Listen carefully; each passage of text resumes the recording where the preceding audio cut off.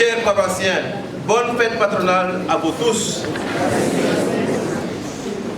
En ce dimanche, nous célébrons la présentation du Seigneur au Temple.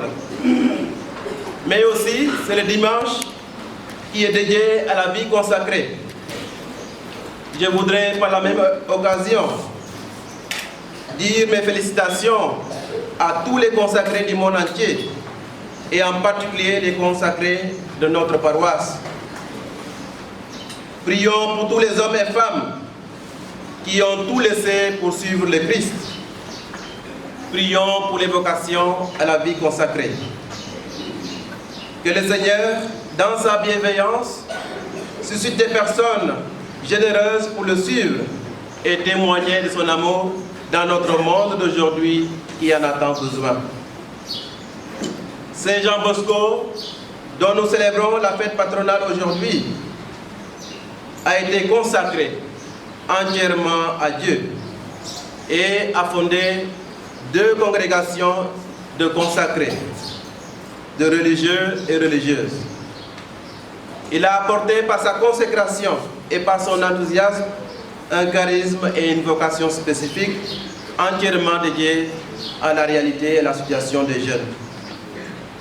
Chers frères et sœurs, nous sommes en fête. Nous le disions tout à l'heure, à l'entrée de la monition, à la monition d'entrée plutôt. Nous disions que nous sommes tous venus très beaux, habillés par nos vêtements, avec l'image de Don Bosco sur nous. Nous sommes dans la fête, nous sommes dans la joie, dans la fête à l'honneur de notre saint patron Don Bosco, Père et Maître de la jeunesse. Chers frères et sœurs, une fête patronale est toujours une opportunité de connaître mieux, d'approfondir notre connaissance sur le saint patron, parce que mieux nous le connaissons, mieux nous allons l'aimer. Et mieux nous le connaissons, mieux aussi nous essaierons de l'imiter. Je crois que célébrer cette fête patronale pour nous est une opportunité de grandir dans cette connaissance à Don Bosco. Chers frères et sœurs, Don Bosco, à l'image du Seigneur, le berger par excellence de son peuple, a bien voulu être berger, pasteur, père et maître de jeunes pauvres, défavorisés et abandonnés.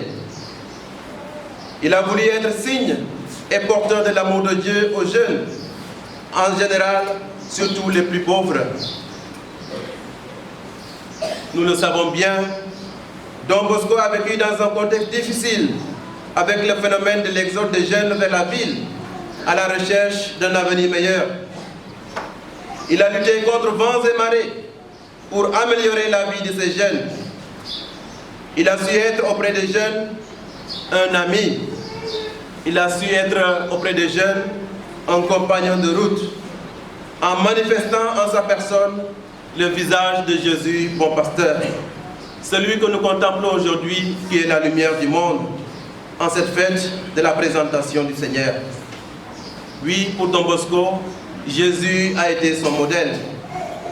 Le bon pasteur, le berger, c'est celui qui marche avec, qui partage la vie de son troupeau, qui chemine en même temps avec les siens. C'est celui sur qui le troupeau peut compter. Il connaît ses brebis, chacune par son nom, et ce qui fait son histoire. Son amour est un amour qui prend parti. Un amour qui prend parti. Son amour est un amour qui se rend solidaire. Et son amour est un amour même qui va prendre des risques. Chers frères et sœurs, aujourd'hui nous célébrons la fête de Saint Jean Bosco et nous sommes invités particulièrement à marcher sur ses traces, à marcher sur ses pas. Don Bosco a eu toujours un regard de miséricorde envers les jeunes, un regard d'amour pour voir leurs besoins, pour voir leurs nécessités. Il a su voir la misère des jeunes et il a cherché les moyens pour répondre à leurs besoins.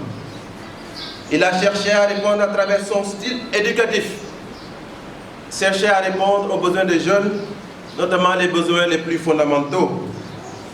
Il a cherché, dans un premier temps, à les offrir la nourriture, à les offrir les vêtements, les logements, la sécurité, le travail. Il a veillé sur leur croissance physique. Il a veillé sur leur croissance intellectuelle. Il a veillé sur leur croissance spirituelle. Il a mis en exergue ce que nous dit le prophète Ézéchiel. Je veillerai sur mes brebis le jour de brouillard et d'obscurité. Je chercherai la brebis perdue. Je ramènerai l'égarée. Celle qui est blessée, je la soignerai. Don Bosco descendait dans la rue pour se retrouver avec les jeunes, surtout les accompagner dans le délicat processus de la croissance humaine. Il était en somme un bon pasteur, prêt à tout pour ses brebis. Chers frères et sœurs, combien d'enfants vivent encore dans des situations irrégulières dans notre monde d'aujourd'hui? Nous connaissons la situation des enfants travailleurs. Nous connaissons la situation des enfants soldats. Nous connaissons la situation des enfants de la rue. Nous connaissons la situation des enfants mendiants. Et nous pourrions encore continuer la liste.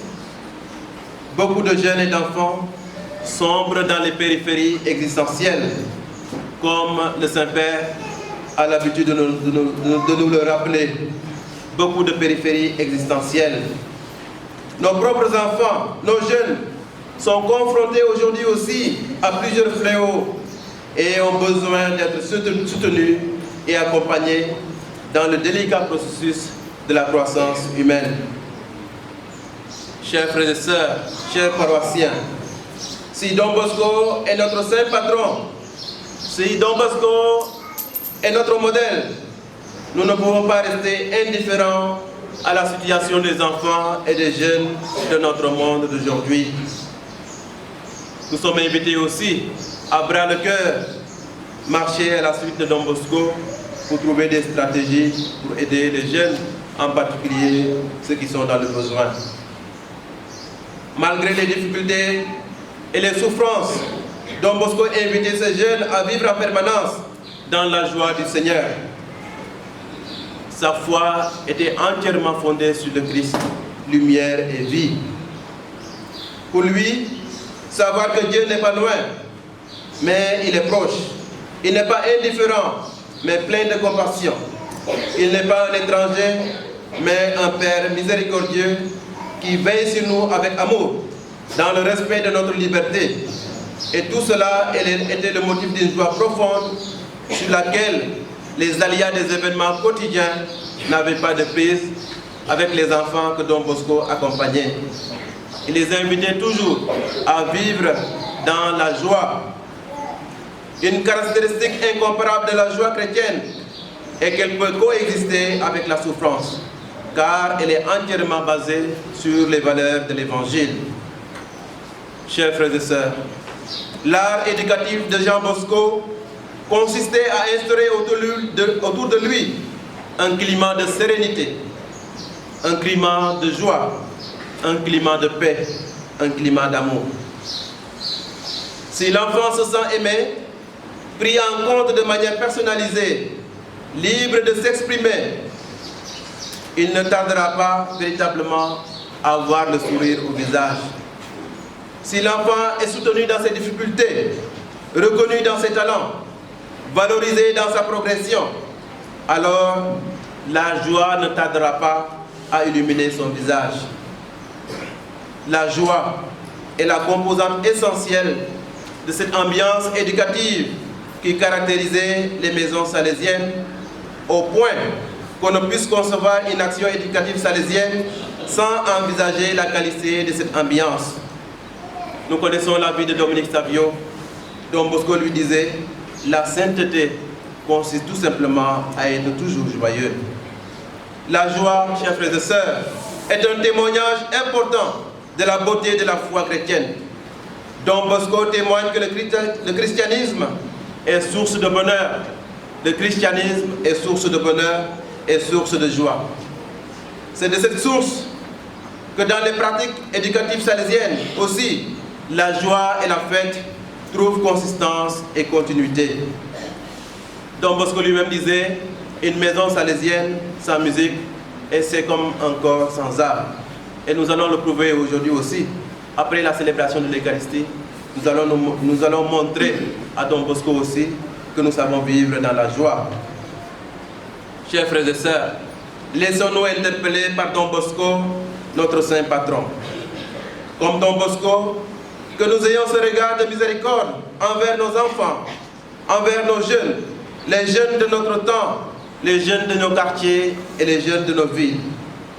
Que son exemple nous stimule à chercher des mécanismes et des méthodes par lesquels nous essaierons de répondre à leurs besoins fondamentaux et à leurs besoins vitaux et existentiels. Que nous nous imprégnions et vivions comme ça se doit, sa pédagogie, pour éduquer nos enfants, pour former de bons chrétiens et d'honnêtes citoyens, pour que le monde puisse avancer dans la paix, la joie et la solidarité.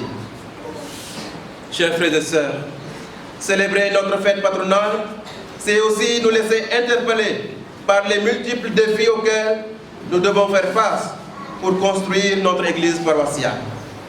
Nous avons plusieurs défis, mais j'aimerais tout simplement m'attarder sur 3 défis.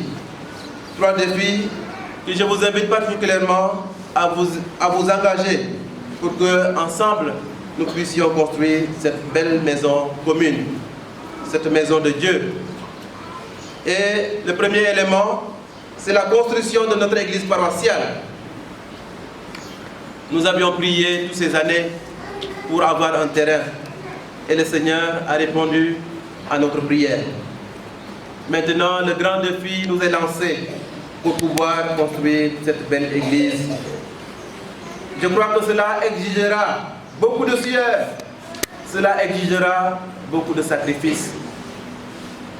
Et nous sommes invités tous à pouvoir nous disposer pour que ce projet de l'église puisse arriver à son terme. N'ayons pas peur, Don Bosco et Marie Auxiliatrice seront là devant nous pour nous accompagner dans ce beau et grand projet de la construction de notre église paroissiale.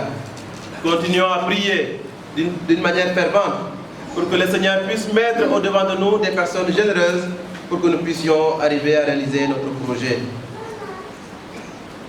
La deuxième réflexion autour de nos défis, la construction de la communauté paroissiale. Nous devons encore grandir dans le sens de la communion fraternelle, dans la corresponsabilité, dans la communion opérationnelle, dans la convergence et dans la complémentarité de toutes nos actions au niveau de la quasi-paroisse. Que le Seigneur nous aide pour que nous puissions vivre aussi cette véritable communion. Le Père Cyprien le disait l'autre jour, c'est vrai que nous devons construire le bâtiment, mais aussi nous devons construire la communauté. Nous devons vivre dans un sens de communion profond, de solidarité, d'entraide et de soutien mutuel. Que le Seigneur nous aide véritablement à marcher vers cela. Et le troisième défi, c'est l'identification au charisme et à l'esprit d'une paroisse salésienne. Vous savez que chaque paroisse salésienne a sa spécificité. Et nous sommes invités vraiment à grandir dans cette découverte de ce qu'est une paroisse salésienne. Une paroisse qui est la prédilection des jeunes et des enfants. Une prédilection essentielle pour les jeunes et pour les enfants. Cela ne veut pas dire que nous oublions les adultes, parce que c'est les adultes qui doivent aider pour accompagner les jeunes, pour mettre au centre de notre paroisse les jeunes et les enfants. C'est pour cela que nous devrions valoriser davantage les mouvements, les groupes, les associations des enfants et des jeunes pour les accompagner et les soutenir. La paroisse, pour nous, chers frères et sœurs, devrait devenir un lieu d'évangélisation, mais en même temps un lieu d'éducation et de promotion humaine. Ces 3 grands défis, chers frères et sœurs, nous sommes invités à les mener et à les réaliser. Et nous savons que nous ne sommes pas seuls sur cette voie, que le Seigneur lui-même nous accompagne et nous soutienne dans ce projet. Chers frères et sœurs, que le Seigneur bénisse nos familles, que le Seigneur bénisse nos projets, que le Seigneur nous donne la santé et la paix du cœur. Que Dieu bénisse notre paroisse, que Dieu bénisse nos groupes, nos mouvements et associations. puissions-nous, à l'exemple de Saint Jean Bosco, être des ferments dans notre société actuelle.